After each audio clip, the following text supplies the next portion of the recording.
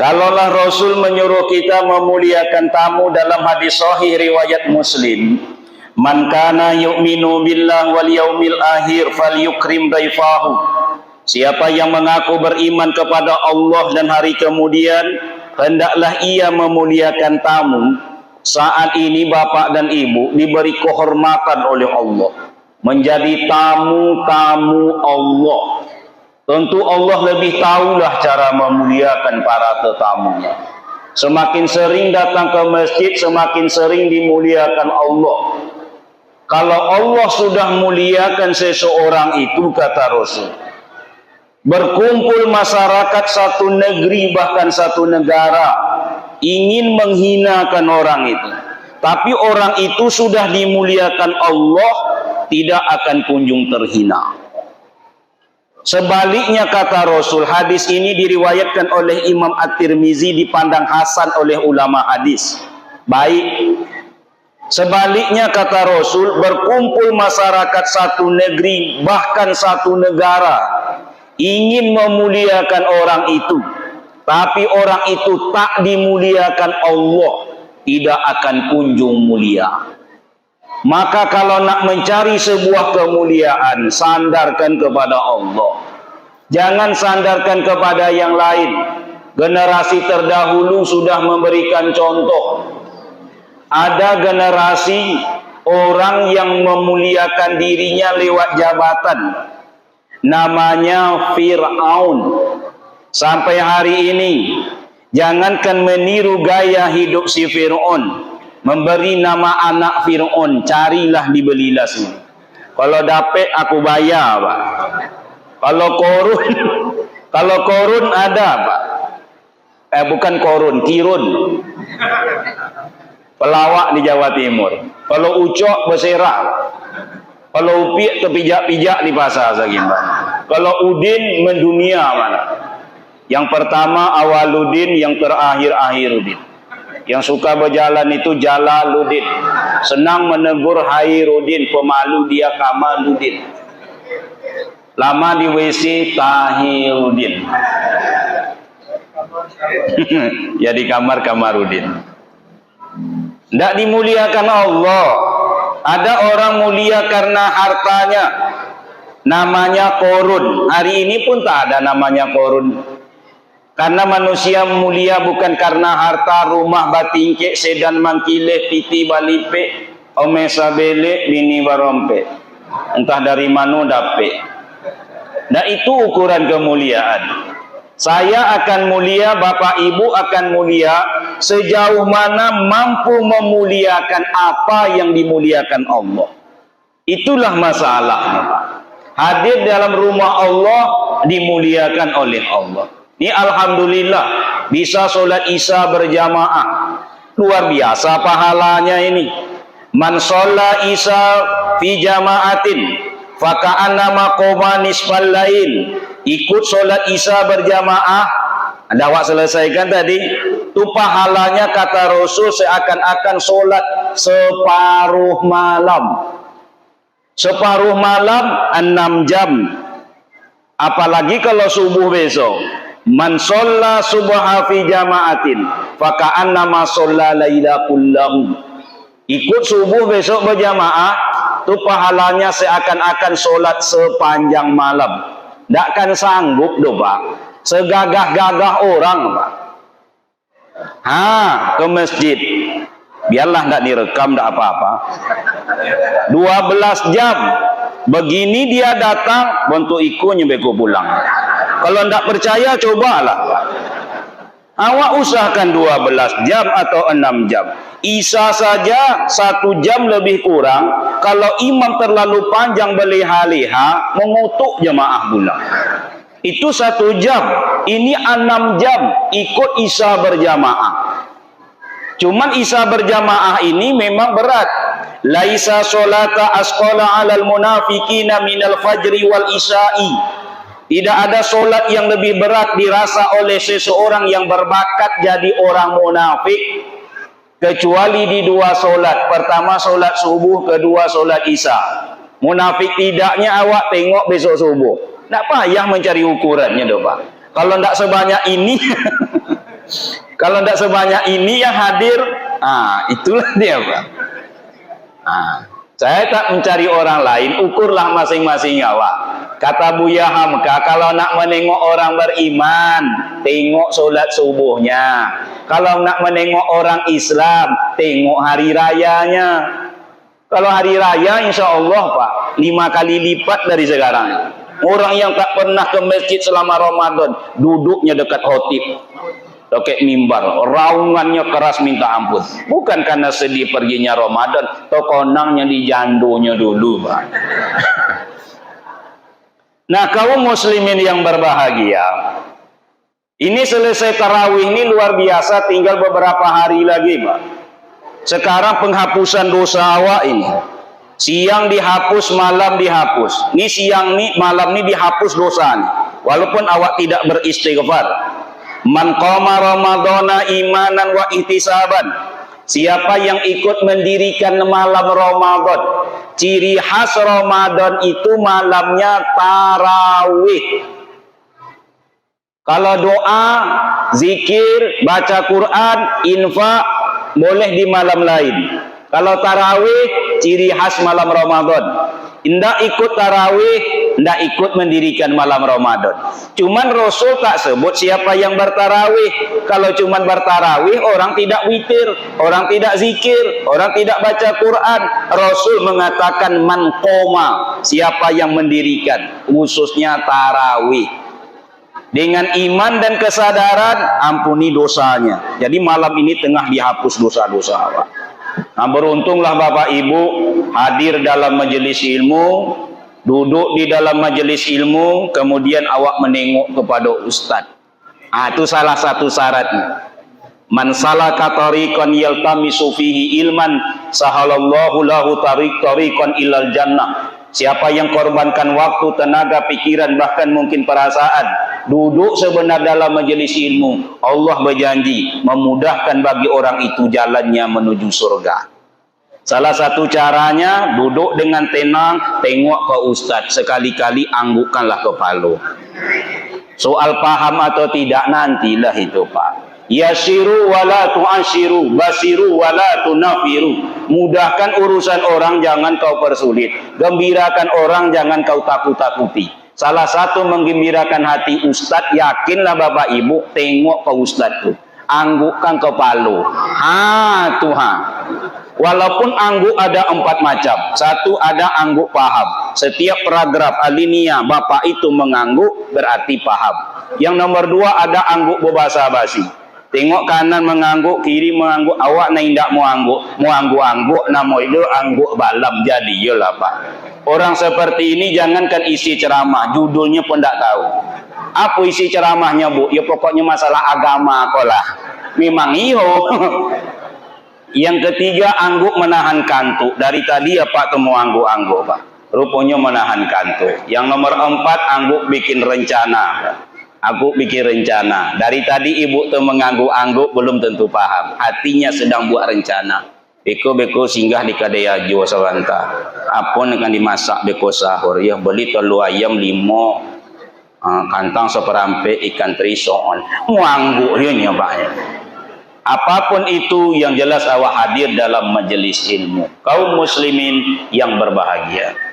Salah satu keutamaan bulan suci Ramadan ini adalah dari sekian banyaknya keutamaan diturunkannya Al-Quran yang mulia. Sebenarnya awak ni harus bersyukur sekarang. Bulan Ramadan tak sama dengan bulan lain, Pak. Ini bulan Ramadan ini sekarang ni Pak, satu-satunya bulan yang dibukakan pintu surga hanya bulan Ramadan. 11 bulan tertutup, tak mau awak. Iza jaa Ramadana futihat sabwabul jannah. Yang dibuka sekarang pintu-pintu surga, kesempatan mendaftar. Wal ghuliqat abwabun niran, ditutup pintu-pintu neraka. Wasufidat syayatin, dibelenggu setan-setan. Sebab selama 11 bulan awak ini diikuti oleh setan. Jadi awak ni Pak, selama 11 bulan diikuti oleh setan. Dan setiap manusia diikuti oleh setannya, kata Rasul. Kata Aisyah, Tuhan, saya juga, kata Rasul. Jadi Rasul pun diikuti oleh setan. Saya juga Pak, termasuk Bapak Ibu selama 11 bulan diikuti oleh setan. Kemanapun awak pergi. Itu makanya ibu-ibu itu, kalau sudah marah nengok anaknya, pasti dia mengaku punya setan. Tengoklah ndak percaya. Allah tu nak beko bangkit le setan nama le. Nah, itu tanda amaknya punya setan. Ndak tahan nam boleh do Pak Ustaz. Lamu ambo menengoknya bangkit lo setan wak dibuatnya. Jadi setiap awak tu punya setan sebenarnya Pak. Berwudu awak di situ tadi tu kalau dipasang CCTV, golak malaikat menengok. Karena setan menyuruh awak wudu laju-laju. Namanya setan walhan. Jadi kalau ada orang berwudu bentuk iko, selaju-lajunya Pak. Jangan dibuat bentuk iko kok.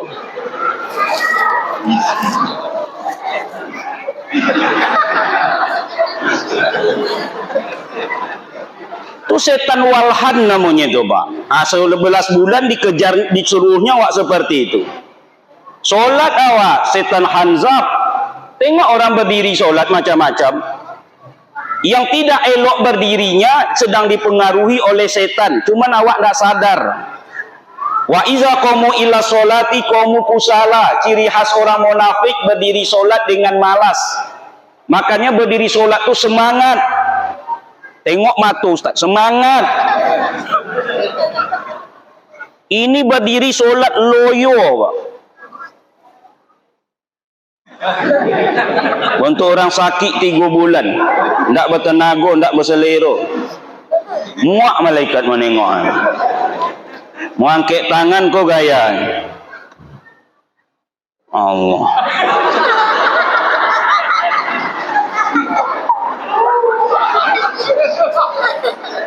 Kata malaikat, kau tempel yang meluangkan. Semangatlah lurus, buka kaki selebar bahu. Tak ada niat mengajar, sekedar mengingat-ingat. Luruskanlah kaki itu. Nampak semangat awak, seimbang. Pak Ustaz nanti dibilang sok-sok. Itulah salah awak nih, penggunaan istilah yang salah. Ini bukan sok-sok Pak, yang sok-sok kok sok-sok. Allah. Ayo itu sosok namanya itu. Kalau ini bukan sosok. Kadang ada orang gagah wak bilang sombong. Bukan sombong, gagah tak sombong. Polisi, tentara jalannya begini bukan sombong Pak. Memangnya polisi harus lunak. Nyetop musuh itu harus tegas, stop. Coba kalau lunak, ayo stop. Mati polisi juga Pak. Tentara itu coba tengok, serang, marah dia itu, bukan tegas. Awak sebut dia marah, enggak, tegas tuh Pak. Memangnya harus lunak. Ayo semuanya serang. Mati satu pasukan dibuatnya. Jadi ini semangat. Supaya apa? Terhindar dari godaan setan. Nah, selama bulan Ramadan tidak usah khawatir. Ulama menjelaskan bahwa setan itu dikurung semuanya, walaupun penafsiran berbeda. Ada yang mengatakan cuma pimpinan-pimpinan setannya, dedengkotnya saja. Ada yang mengatakan yang dirantai itu hanyalah orang yang berpuasa, lalu setannya itu dirantai. Yang tak puasa setannya bebas. Apapun alasannya bahwa Ramadan bulan yang berbeda dengan bulan yang lain.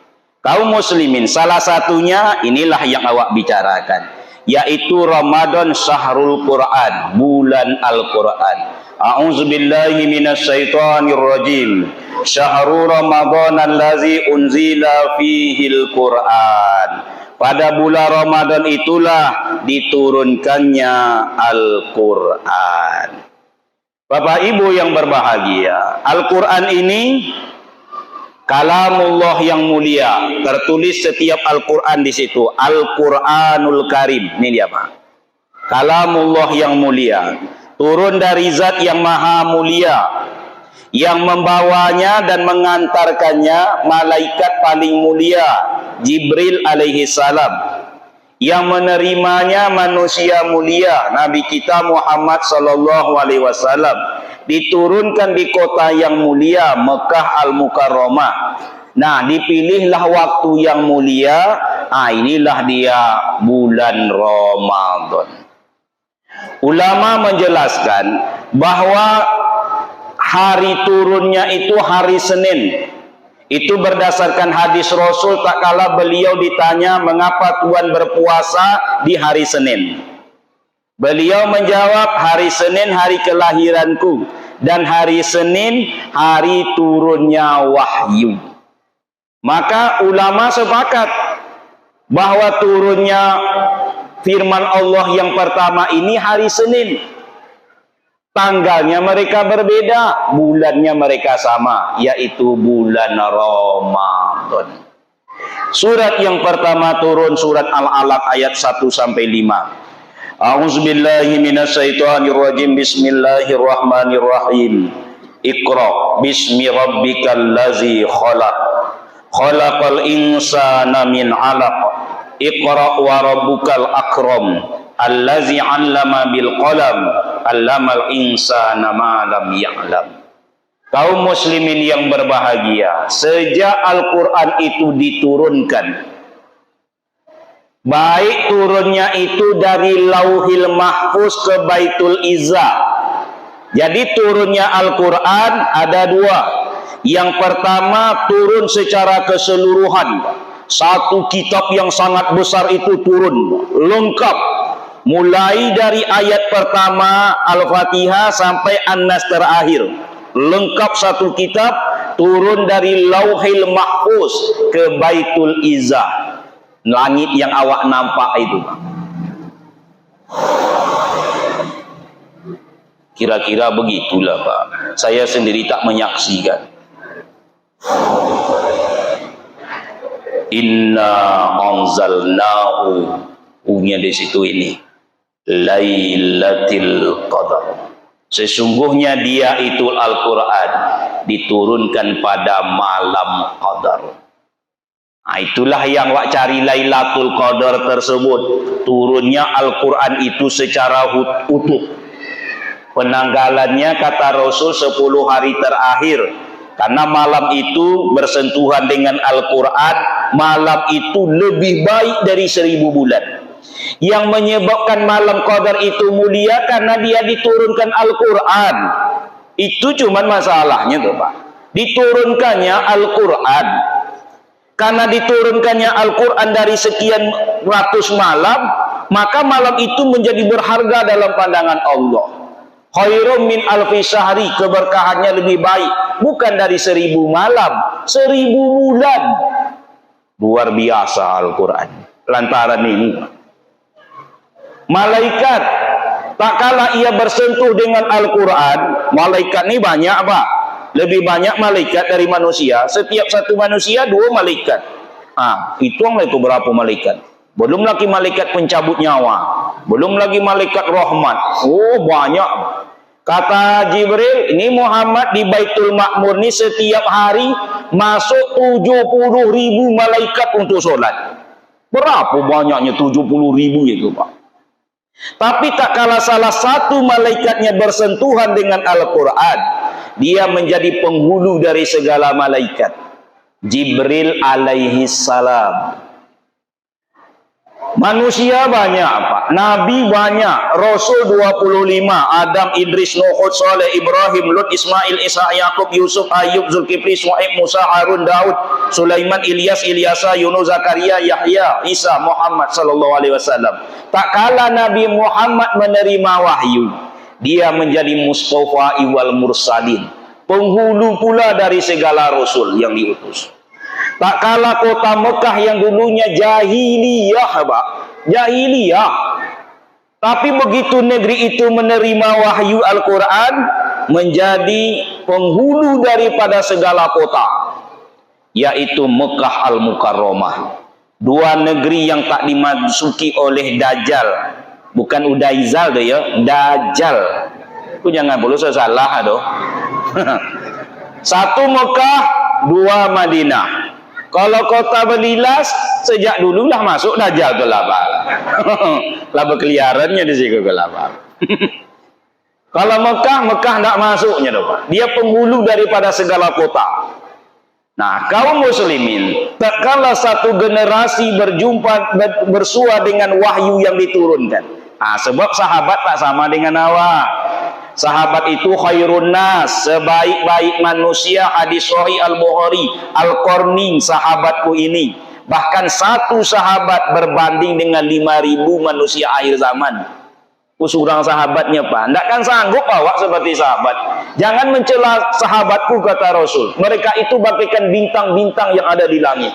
Tidak sama dengan awak bagaimanapun hebat ketaatan. Mana sanggup awak berdiri di belakang imam itu sampai 7 juz? Sanggup? Boleh awak cuba beko, Pak. Nah, Abu Darda menjadi imam. Paginya disalami oleh sahabat di belakangnya. Terima kasih ya Abu Darda, engkau telah mengimam kami malam tadi. Apa yang dibaca Abu Darda? Tidak banyak doh, Pak. Seperompak Al-Quran. Cuma kalau tolong, Pak. Kalau tidak menggeletek lutut itu doh, Pak. Lagian kalau ada imam seperti itu, lah lama diberhentikan pengurus lah, Pak. Percayalah tuh. Tidak akan sanggup, Pak. Nah, itu sahabat. Disuruh bersedekah, seluruhnya disedekahkan. Nah, mereka ini generasi terbaik. Mereka itulah orang yang ikut menyaksikan Rasul menerima wahyu.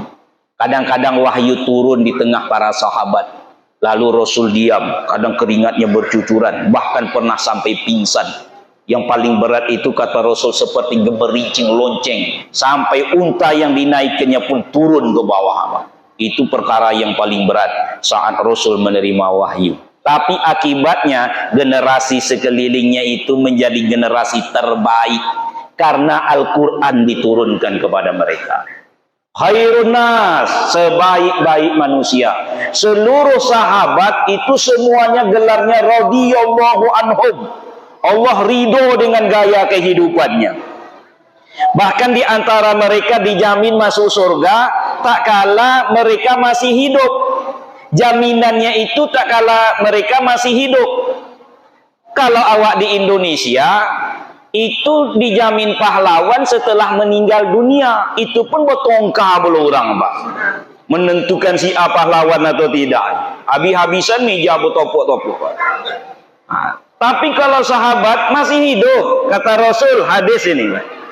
Abu Bakar fil jannah, Umar fil jannah, Utsman fil jannah, Ali fil jannah, Zubair bin Awam fil jannah, Talhah bin Ubaidillah fil jannah, Sa'ad bin Abi Waqqas fil jannah, Abdurrahman bin Auf fil jannah, Sa'id bin Zaid fil jannah, Abu Ubaidah bin Jarrah fil jannah. Akan 10 orang dijamin masuk surga.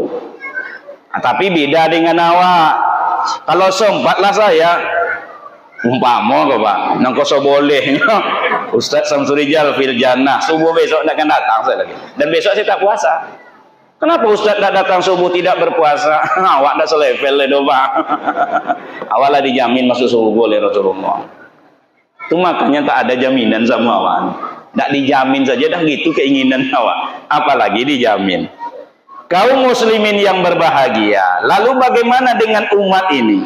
Umat ini akan menjadi umat yang terbaik, Pak, kalau ia selalu bersentuhan dengan Al-Quran. Jangankan manusia, kata Syauqi, seorang penyair, tengoklah kulit kambing yang hina. Tak kala ia bersentuhan dengan Al-Quran dulu menjadi kulit mushaf Al-Quran, lalu dia menjadi mulia. Setiap maghrib, sore, subuh, malam dipegang orang dengan tangan kanan, diletakkan di tempat yang tinggi, bahkan kadang-kadang dicium bukti kasih sayang. Padahal itu kulit kambing. Awak hariku kalau malih mandi itu tenang disobek orang, bau kambing. Iya enggak, Pak? Enggak pakai mandi doh, bau kambing.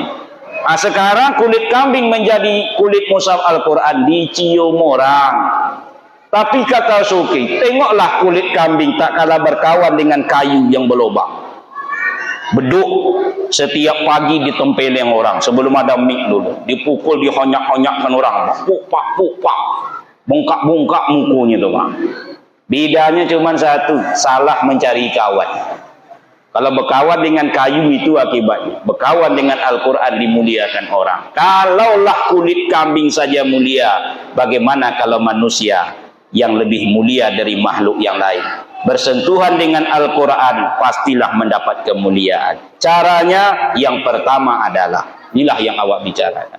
Yang pertama, hendaklah awak beriman dengan Al-Quran yang mulia ini, mengimaninya, percaya dengan seyakin-yakinnya bahwa Al-Quran ini adalah kalamullah yang mulia, perkataan Allah yang mulia yang diturunkan kepada Rasul sebagai huda linnas. Rasanya Al-Quran inilah kitab yang paling lengkap.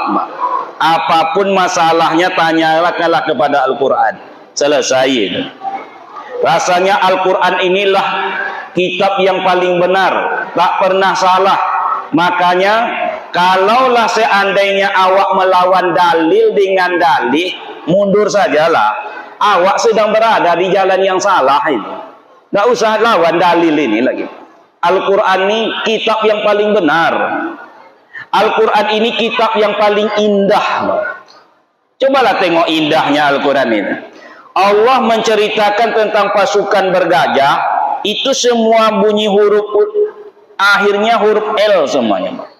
Elok ni. Alam taro kaifa fa'ala rabbuka bi ashabil fil.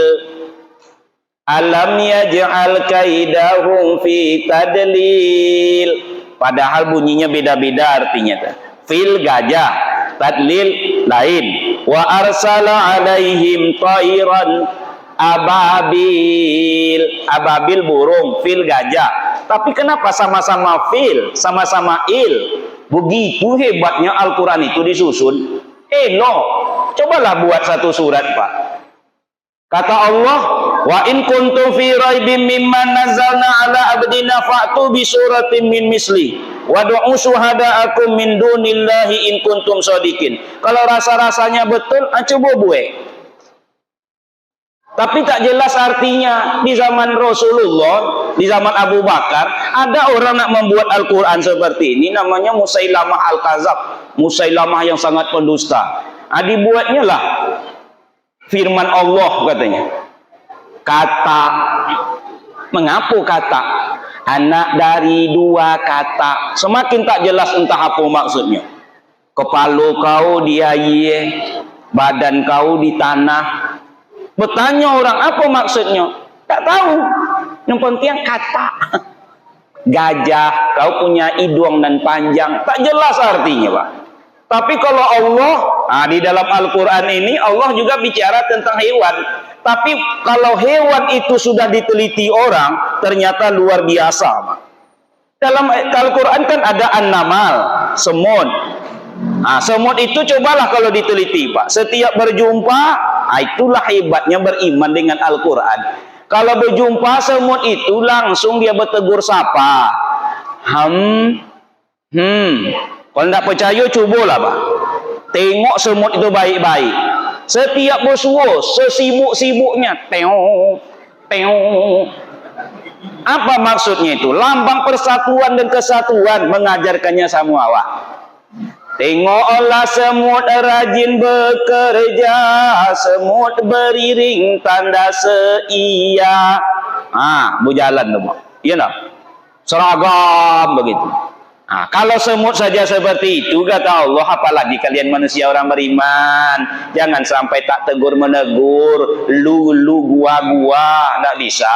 Jumpa dengan kawan, tarik ujung bibir ke samping. Assalamualaikum. Jangan ke muka. Kalau perlu salam. Ma min muslimaini yaltaqiyani wa yatasafahani illa ghufira lahuma qabla ayyaftariqo. Tidaklah dua orang mukmin muslim berjumpa lalu bersalaman. Untuk somik tadi. Cuman bersalamannya elok-elok.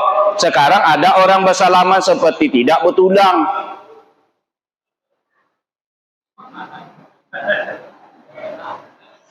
Tidak bertulang tu. Kata Abdullah ibnu Mas'ud radhiyallahu an, sini sebentar. Sinilah salah satu aja untuk alat praktek, alat peraga. Kata Rasul kata Ibnu Mas'ud, kalau Rasul itu bersalam dengan kami, sebentar sayang ya. Rasul itu memegang tangan itu, telapak tangannya jumpa dengan telapak tangan kawan. Pegang erat-erat, tengok mata nan disalam. Tarik, kelah pandainya mah. Lu disuruhlah pandainya. Tarik ujung bibir ke samping. Dan Rasul tidak cepat-cepat melepaskannya. Lah, makasih sayang. Sementara awak kau salam, bila tiba, ikut tak kuiduang tak ketangku kamu cucuan ke bang. Gugur dosa. Itu baru semut, belum lagi an-nahl, lebah. Bicara juga dia tentang hewannya, tapi luar biasa kebenarannya. Belum lagi nanti nyamuk, ada dalam Al-Quran, innallaha la yastahi ayyadriba masalan ma ba'udatan fama fawqaha. Kalau bisa kata Allah, jangan kau berbuat hidupmu seperti nyamuk. Nyamuk itu makanannya bergizi tinggi, darah, tapi karena hasil mencuri, paling kuruslah nyamuk itu. Tengoklah nyamuk itu Pak, lancip aja. Saya tidak mengatakan bapak nun kurus ku nyamuk, enggak doh Pak. Makanannya tidak berkah, hasil mencuri. Nyamuk adalah binatang yang paling penakut. Kalau menggigit awak tetap jauh dari jangkauan tangan. Yang sering digigit nyamuk kalau tidak punggung kaki. Jarang ada orang digigit semut bibirnya. Kalau sampai siku inggok semut. Kalau awak tidur dipastikannya dulu Pak. Kalau masih ada pengusiran, naiknya ke atas dulu. Alunnya lalu Ustadz boleh kata. Tapi begitu tidak begitu lagi baru digigitnya awak. Dan semut binatang paling kejam. Banyak dalam Al-Quran. Bahkan 3 ini Bapak Ibu sering awak sebut di pasar-pasar kalau sudah bertengkar. Orang kalau sudah bertengkar 3 kan yang disobeknya. Dan itu semua dalam Al-Quran. Kurang apa lagi kebenaran Al-Quran? Dalam Al-Quran hewan awak sobek itu dalam Al-Quran lambang kebencian. Orang kalau bertengkar Pak, si ajo bertengkar di pasar umpamanya Pak. Kalau tidak disobeknya baru iya. Kalau tidak babi. Saya pergi kemarin ke Sumbar Pak. Berpaculah dengan ya super-super terapel lah gitu. Ada yang nyalip lewat sebelah kiri. Kedua super tuh. Baru saya pun ikut kedua. Tidak ada baru rupanya Pak ada. Nah, ada baru gitu. Rupanya super kok disebutnya baru apa? Perangainya rupanya. Apalagi anjing. Anjing sering juga disebut orang. Anjing ini Bapak Ibu, bagaimanapun lembutnya awak menyebut dan itu ada dalam Al-Quran, tetap tidak elok. Itu makanya kawan itu kasus dulu yang di atas itu. Ada situ. Apa awak di atas itu Pak? Kan ada bulan kemarin disebutnya anjing gitu kan Pak. Akhirnya itu kasus. Anjing ini tidak boleh sembarang sebut. Sopan-sopannya orang menyebut anjing tetap tak elok. Kalau tidak percaya, pujilah kawan awak. Iya Pak tuh elok, orangnya ramah, lembut untuk anjing. Kan tidak elok doh Pak doh. Apalagi babi Pak. Babi ini jangankan awak yang mengharamkan babi. Orang yang makan babi pun tak mau disebut babi. Pagi dimakannya babi, sore bertengkar abang dengan adik. Babinya kau, abangnya babi katanya. Padahal sama makan babi tadinya Pak. Nah kaum muslimin ada dalam Al-Quran. Tidak ada kitab yang paling indah susunan tata bahasa keseimbangannya kecuali Al-Quran. Kata dunia di dalam Al-Quran ini seimbang dengan kata akhirat. Kalau tak salah sama 145 kali. Kata syaitan sama dengan jumlahnya dengan kata malaikat. Sama-sama 88 kali. Kata dunia sama dengan akhirat. Kata syaitan sama dengan malaikat. Pokoknya begitu sangat seimbang, sangat elok. Nah Bapak Ibu, tapi ada ancaman. Wallazina kafaru wa kazzabu bi ayatina ulaika ashabu